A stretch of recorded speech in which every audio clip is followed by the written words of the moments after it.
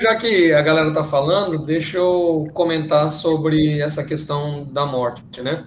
A gente acredita que no dia da morte a gente fica descansando em nosso corpo, né? Não como um ser, mas já como espírito, e a gente aguarda o final do mundo, aonde vai ter o julgamento, onde a gente vai ter a balança dos pecados, a balança dos acertos, e aonde a gente vai saber qual que vai ser o destino de tudo que você fez de bom ou de ruim. Então, tipo assim, é meio que você tem o livre-arbítrio, mas a gente acredita nos muçulmanos que tem um destino, né?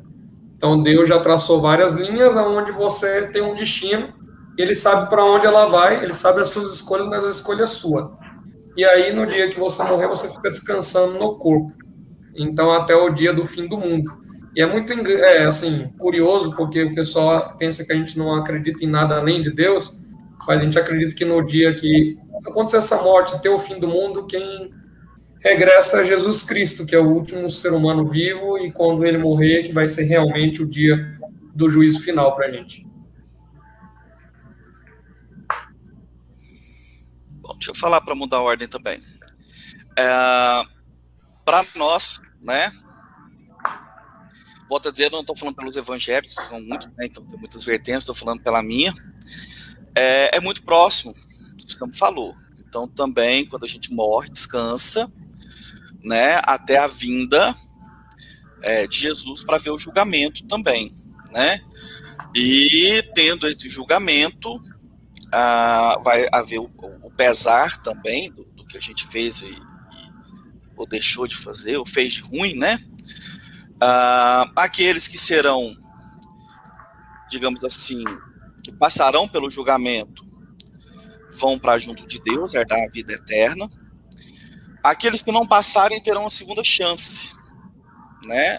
Na Terra, com Satanás, serão 1000 anos, e se eles conseguirem passar esses 1000 anos sem aceitar Satanás, eles seriam uma nova possibilidade também de herdar o reino dos céus. Então, digamos assim, seriam dois momentos, né? O primeiro momento da gente ir para a vida eterna, que seria aqueles que passaram pelo julgamento inicial, e depois um segundo momento para aqueles que não o fizeram. A questão, até que você comentou também, nós acreditamos no livre-arbítrio, né? E nessa ideia do livre-arbítrio, até porque seria meio estranho eu pensar que Deus é justo, vai me julgar se ele me predestinou. Então a gente acredita também no livre-arbítrio, são escolhas. E Deus sendo onipresente, onisciente, onipotente, né, ele não está restrito ao espaço e tempo, né, ele não está subordinado ao tempo, ele sabe as escolhas que a gente vai fazer. Então, tipo, ele não fez eu escolher, ele só sabia qual que eu ia escolher. E não interferiu, até porque se toda vez que a gente fosse fazer uma burrada, Deus interferisse, não haveria sentido ter um livre-arbítrio, né? Então a gente pensa assim, então Deus nos ama, e nos deu essa condição, né, da liberdade para escolher, mas sabe todas as escolhas. O fato dele saber não quer dizer que ele fez a gente escolher, ele só sabia qual seria o resultado dessa escolha, né? E aí, após a morte, seriam essas duas possibilidades que eu comentei. E, então, no caso, a qual você colocou Deus, ele seria, então, como um escritor. Meio que ele, quando, por exemplo, um personagem morre numa história, alguém mata aquele personagem.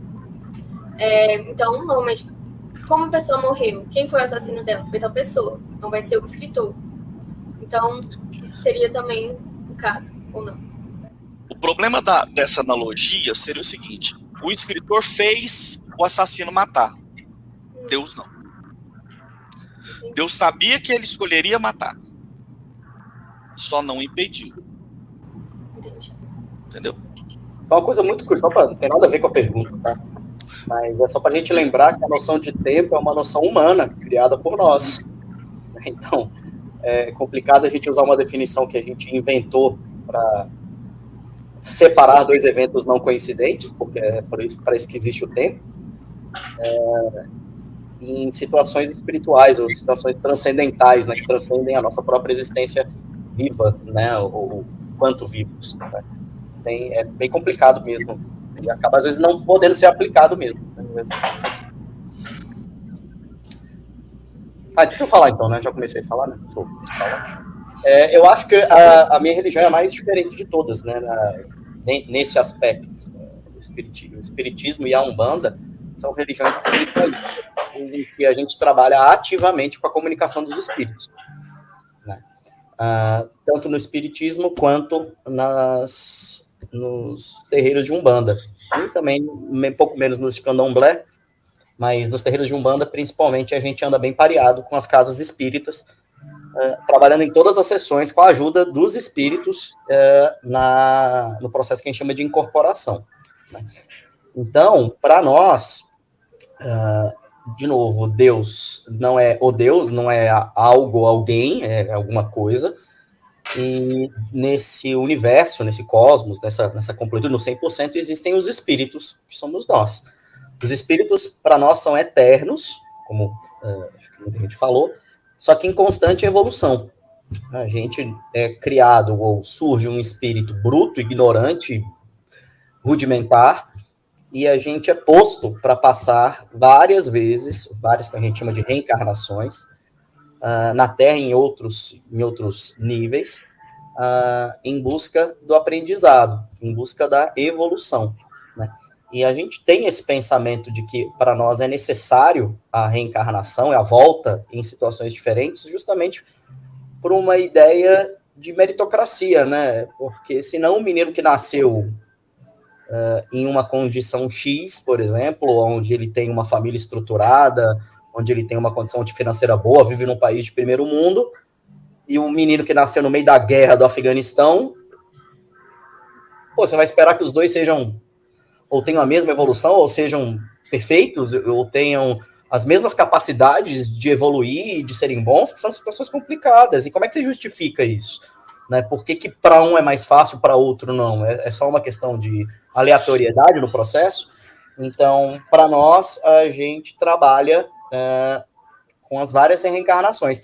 E quando a gente morre, né, a gente chama de desencarnar, né, a gente sai da carne, né, o espírito sendo eterno, ele vai para o que a gente chama de colônias espirituais, né? No caso do espiritismo, tem o Nosso Lar, que ficou famoso pelo filme, que é a colônia criada, ou psicografada pelo Chico Xavier. Na Umbanda, a gente chama de Aruanda, né, que é um plano espiritual, é uma região espiritual onde os espíritos encarnados ficam em aprendizado, em estudo, porque para nós a gente não para e não retrocede, esperando ou vir trabalhar como espíritos num processo em casas espíritas, assim, ou se reencarnar, que é a consequência lógica para a gente, uma vez que a não necessidade da encarnação só se daria quando da evolução completa moral do indivíduo. E a evolução moral se dá pela provação, se dá por ser colocado em situações conflitantes, de alguma maneira, né? Eu acho que todo mundo, de uma certa forma, tem o seu conflito, né, inerente à nossa existência. O conflito pode ser de qualquer sorte, né, de gênero, de crença, independente, não estou aqui para falar, mas nós viemos com os nossos conflitos. E acho que isso é inegável, independente de qual religião você está. Nós somos seres conflitantes, imperfeitos e problemáticos, né? E nós temos que buscar a nossa evolução confrontando com os nossos erros, com as nossas dificuldades, com os nossos preconceitos.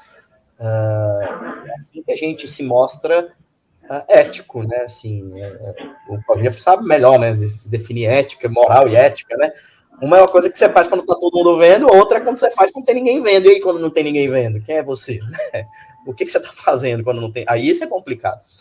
E a gente utiliza as reencarnações, as várias vidas, que a gente chama, né? As várias passagens na Terra para essa parte de evolução, como se fosse um estudo no plano espiritual, e depois a gente vem para fazer uma provinha para ver se a gente realmente compreendeu e absorveu esses ensinamentos. Tanto é que a gente costuma brincar que nós não somos seres materiais, seres carnais, que vamos ter uma experiência espiritual. Nós somos seres espirituais estamos passando por uma experiência encarnada. Então, para nós, isso que a gente está vivendo é totalmente transitório, rápido, curto, na existência eterna do espírito. E a nossa essência é imaterial e espiritual. E para lá a gente retorna.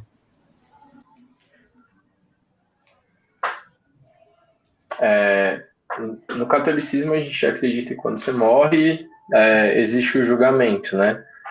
E eu acho até interessante isso que o Conforto falou, porque, por exemplo, existe o dia do juízo final e o nosso julgamento quando a gente morre. Acontece quando você pensa numa realidade espiritual, não existe tempo, né? Então, é o mesmo julgamento. É porque para colocar na nossa ideia de tempo, tipo, se eu morrer amanhã, eu serei julgado amanhã no tempo humano. E aí vai existir um dia do juízo final quando acabar o mundo, né? Mas pensando no plano espiritual onde não existe tempo, o meu julgamento já é esse dia do juízo final, né? Aí não dá pra falar que não sente, sei lá, porque aí teria que estar lá para saber, né? Mas, então existe esse dia do juízo final. Quando você é julgado, você ou vai para o paraíso ou vai para o inferno. E aí só um ponto, o paraíso, para resumir assim, é viver na presença plena de Deus, e o inferno é o lugar de total ausência de Deus. Então, Deus é o bom, né, pra gente. Então, seria viver o inferno seria esse lugar onde você não sente nada bom, nem belo, nem verdadeiro. É basicamente isso. E o céu é o contrário, onde você vive isso em plenitude. Aí só uma ressalva, assim, é que existe o que a gente chama de purgatório, né? E o purgatório, a gente vai trazer para a coisa humana, né? Porque é muito difícil, de novo, cara, mas é como se o purgatório estivesse dentro do céu. Imagina que ele é uma antessala ali do céu. E ele serve para você terminar de se purificar, porque você só pode estar na presença de Deus, de pleno, se você está purificado. Então pensa assim, que o inferno é uma questão de, não é que tipo assim, Deus te mandou para lá, é uma questão de você não poder ficar na presença dele, por conta dessa incompatibilidade que vai haver entre a sua alma, que não é boa, e ele que é o bem, né, no final das contas. E aí no purgatório, algumas pessoas vão para o céu, mas vamos dizer assim, tem uma certa pena para pagar, mas que não é a pena eterna, né? Então eles ficam no purgatório um tempo, entre aspas, de novo, botando aqui nos aspectos humanos, e aí depois que está purificado, vai para o céu.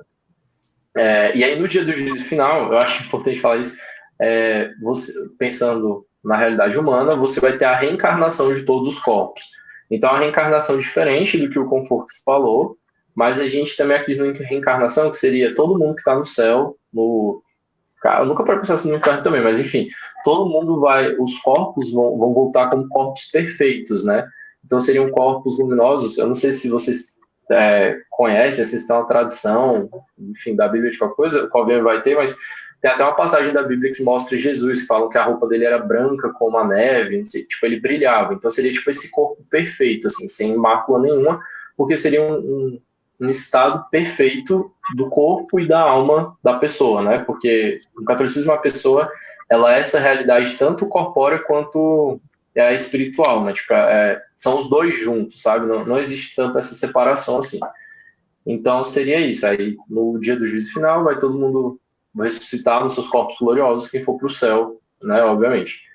E é isso. Aí vai viver a eternidade nesse lugar perfeito que é a plena presença de Deus.